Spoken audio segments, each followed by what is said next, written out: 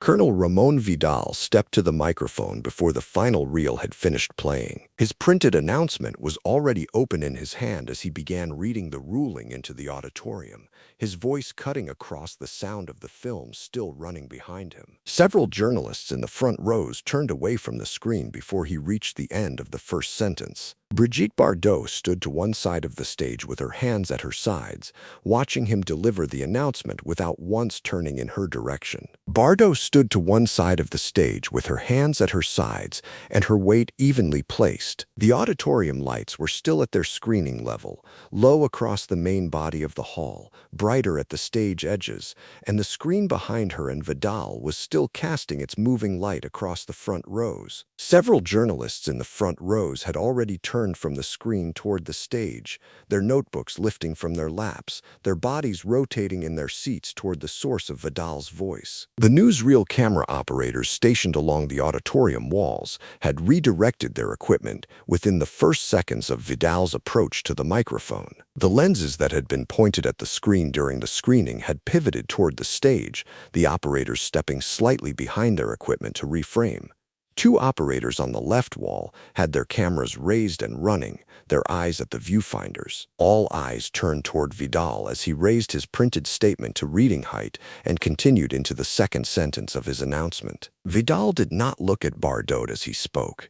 His gaze moved between the printed page in his raised hand and the middle section of the auditorium, the central rows of premier guests who had come to their seats expecting a screening and a formal reception afterward. The credential badge issued by the Dirección General de Cinematografía was clipped to his left lapel and visible under the stage lighting, its official seal catching the overhead lights at an angle that made it legible from the front rows. Bardot remained at her position on the stage, her hands at her sides, her eyes on Vidal, without moving toward him or away from the microphone stand between them. If you're interested in untold stories from cinema's golden age, subscribe now. This is a fictionalized dramatization inspired by real public figures and historical settings. It does not depict a documented event. The premiere at the Cine Callao had been organized as a formal public event with full press accreditation. The journalists in the front rows held credentials from Spanish national outlets and from international press agencies whose dispatches would reach Paris, London, and Rome within hours of the screening's close. The microphone on the stage had been placed there before the first guests arrived, positioned and tested by the venue staff, set at the height of a standing speaker, and oriented toward the main body of the auditorium. It had been placed there for post-screening remarks. Vidal had arrived with his printed statement folded in the inside pocket of his jacket and his formal credential clipped to his lapel before he entered the building. Vidal's office at the Dirección General de Cinematografía held statutory authority over the content of films exhibited in Spanish public cinemas. A ruling issued from his office carried immediate force.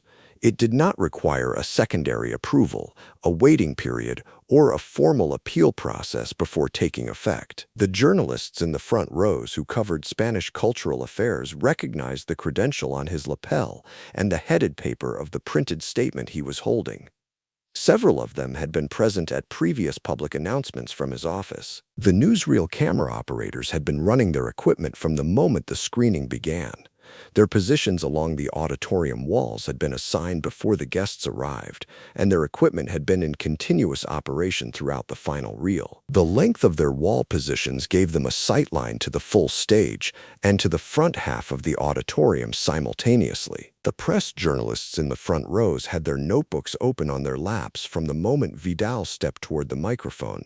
Several had been writing within the first two sentences of his announcement. The printed statement in Vidal's hand was a single page, formally headed with the embossed seal of the Dirección General de Cinematografía and dated with that morning's date. The text on the page was set in two short paragraphs, and the heading was visible, if not fully legible, to the journalists in the nearest front rows and to the newsreel cameras whose lenses were now trained on the stage. Vidal had removed it from his inside jacket pocket as he approached the microphone, unfolded it with one hand, and raised it to reading height before beginning his first sentence.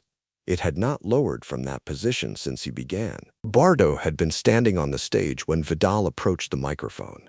She had not been given advance notice. No stage manager had come to her position before Vidal moved. No signal had been given from the wings. She had been standing at the side of the stage in the position she had occupied since the final reel began. And when Vidal stepped to the microphone and began speaking, she had turned to face him without moving from where she stood. The microphone stand between their positions on the stage had not been moved. It stood between them with the microphone head pointed outward toward the auditorium, away from both of them. Vidal named the film in the opening sentence of his statement, its full Spanish exhibition title, as registered with his office. He named the specific scene in the second sentence, referencing it by its position in the running order without describing its content. The word he used to characterize the grounds for the ruling was unsuitable. He used it once in a declarative construction that left no grammatical space for qualification and moved immediately to the next sentence without pause. The journalists in the front rows were writing before the second sentence was complete. He did not address Bardot by name during the announcement. He did not turn his head toward her position on the stage or make any gesture in her direction. His eyes moved in a consistent pattern between the printed page in his right hand and the central section of the auditorium, a pattern that covered the space in front of the microphone and the rows of seated guests below it, without traveling to the right side of the stage where she stood. The credential badge on his lapel remained visible under the stage lighting throughout. Bardot had not moved her hands from her sides and had not shifted her position on the stage since Vidal began. The guests across the full width of the auditorium had stopped their ambient movement within the first seconds of Vidal's announcement.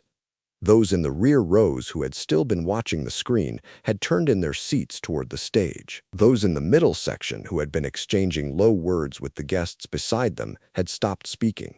The program booklets that had been open or held loosely in guests' hands were now still, not closed, not put away, simply held without being moved. The front rows, where the press journalists sat, were the only section of the auditorium still producing sound, the scratch of pens on paper, the brief repositioning of notebooks. The camera operators along the walls had their equipment fully committed to the stage.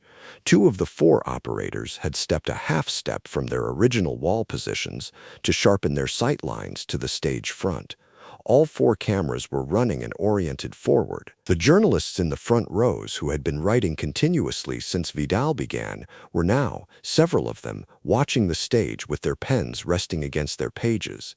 The writing had paused, replaced by watching, as Vidal moved from the first section of his statement into the second. Bardot remained at her position on the right side of the stage. The microphone stand between her and Vidal was visible to the full auditorium. Its upright shaft, its weighted base, the head of the microphone facing outward toward the rows of seats. She had not moved toward it and had not moved away from it.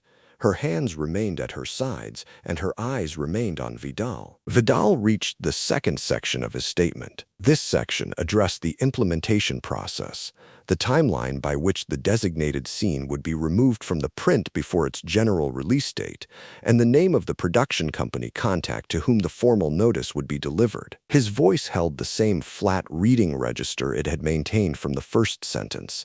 The page in his hand had not lowered. The microphone carried his voice to the rear rows of the auditorium without distortion. The guests in the main body of the auditorium had not resumed movement or conversation during the second section of the announcement. The hall was producing almost no ambient sound beyond Vidal's voice through the microphone. A chair shifted in the middle rows, a single adjustment from a single guest, and the sound of it was audible across several rows in the surrounding silence. The stage staff visible at the wing edges had not moved from their positions since Vidal began. The journalists in the front rows who had been writing had set their pens against their notebooks in the interval between the first and second sections of the statement. Several were now watching Bardot's position on the stage rather than Vidal's. Their notebooks were open on their laps with the pens resting against the pages, not writing, not closed. The newsreel operators had their cameras steady, their eyepieces engaged, their bodies held still behind their equipment. Vidal was moving through the closing paragraph of his statement. The printed page in his hand had remained at the same reading height for the duration of the announcement. His arm had not lowered or shifted since he raised the page before the first sentence. Bardot's hands were at her sides. The microphone stand was between them, still and upright, its base on the stage floor, its head facing the auditorium. The screen behind the stage had gone dark at some point during the second section of the announcement. The final reel had ended, and the stage lighting was now the only light source in the room. The auditorium was fully still. Vidal drew a visible breath between the penultimate and final sentences of his statement, the brief intake of air before a closing clause, audible through the microphone to the front rows. Several journalists in the front rows shifted slightly forward in their seats. The newsreel cameras held their frames on the stage without adjustment. Bardot stepped forward and took hold of the microphone stand with both hands, one at the shaft below the microphone head, one at the shaft above the base. The movement was unhurried and continuous from the first step to the grip. She lifted the stand from the stage floor and carried it without pausing across the stage to its center position. She set the microphone stand down at the center of the stage, with its base flat on the floor and its head oriented outward toward the auditorium. She released it, stepped back from it until she had cleared its immediate foreground, and lowered both hands to her sides. The stand was now at center stage, between Vidal's position and the seated audience, with open stage space behind it. She did not speak. The room went quiet. Vidal's voice stopped. The microphone stand stood at the center of the stage, unoccupied, stable, its head pointing into the auditorium, and the space where it had stood between Vidal and the stage edge was now empty floor. Vidal looked at the repositioned microphone stand. The printed statement remained raised in his right hand at the height it had held throughout the announcement, but his voice had stopped and his eyes were on the stand at center stage rather than on the page. He did not step toward the microphone. He did not lower the printed statement fully to his side. He held both, the page raised, the body still, and looked at the stand. The newsreel camera operators along the walls redirected their lenses from Vidal to the microphone stand at the center of the stage. The movement happened across the cameras in a loose sequence, not simultaneously but within a brief interval, and when it had completed, all four lenses were oriented toward the unoccupied stand rather than toward Vidal's position. The cameras continued running. Several journalists in the front rows lowered their notebooks from their laps to the seat surface beside them. Two had been in the act of raising their pens when Bardot moved across the stage. The pens had lifted from the pages and not come back down. They rested in the journalists' hands above closed or lowered notebooks, not writing, held without purpose. The guests in the middle and rear rows of the auditorium had turned fully toward the stage. The low voices that had briefly resumed in the middle rows during the second section of the announcement had stopped again. The guests in the front rows were looking at the center of the stage, at the microphone stand and the space around it, rather than at Vidal or at Bardot. The stage staff visible at the wing edges had not moved from their positions. They remained at the margins of the stage with their hands at their sides, looking at the center of the stage floor where the microphone stand now stood. None of them moved toward the stand or signaled across the stage. Vidal's printed statement had lowered several inches from its reading height. It had not returned to its full raised position and had not been folded or pocketed.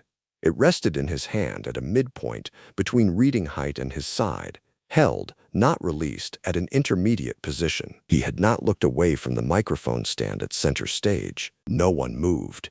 The microphone stand stood at center stage with no one behind it. Vidal was to its right, his statement in his hand. Bardot was to its left, her hands at her sides. The auditorium held its position across all rows. The journalists in the front, the guests through the middle and rear, the camera operators along the walls, without producing sound or movement. 5 seconds passed. Vidal looked out toward the front rows of journalists. Several of them were looking directly back at him, not at the microphone stand, not at Bardot, but at him. One journalist in the second row had his pen raised above a blank section of his notebook page, held in the position of a person about to write something, but the pen had not touched the page. Vidal's printed statement remained in his hand at its intermediate height. 10 seconds passed. A stage staff member at the right wing edge shifted their weight from one foot to the other, The movement was small and produced no sound beyond what the stage floor absorbed. One newsreel operator near the far left wall had lowered his camera from his eye to his chest, but had not deactivated it or turned it from the stage. The credential badge on Vidal's lapel caught the overhead stage lighting as he remained in his position without speaking, without raising the statement back to reading height. 15 seconds passed. When Vidal spoke again, his voice came through the microphone at a lower volume than it had held during the announcement, not directed toward the auditorium at its full carrying register, but at the reduced volume of a person speaking into a microphone they are standing beside rather than behind. The sentence was short and did not resume from the final clause of his prepared statement. It was addressed to no section of the auditorium specifically. Several journalists in the front rows wrote it down in their notebooks. Several did not move their pens. The journalists did not move toward the exits when the auditorium lights came up to their full level. They moved toward the stage, standing from their seats in the front rows, closing their notebooks, moving to the stage edge with their press credentials visible. Several middle-row guests also moved forward rather than toward the rear exits. The newsreel cameras along the walls remained running and oriented toward the stage rather than panning with the movement of the audience through the hall. Vidal did not step toward the repositioned microphone stand at the center of the stage. He did not raise his printed statement back to reading height or attempt to resume the announcement from the position he had held before Bardot moved. He remained at the right side of the stage as the auditorium lights reached their full level and the room began to fill with movement and sound. The microphone stand remained at center stage, its base on the floor, its head facing the auditorium, as the journalists reached the stage edge and the stage crew arrived from the wings. It was still standing at center stage, upright and unoccupied, when the last guests filed out of the auditorium and the venue staff began clearing the hall.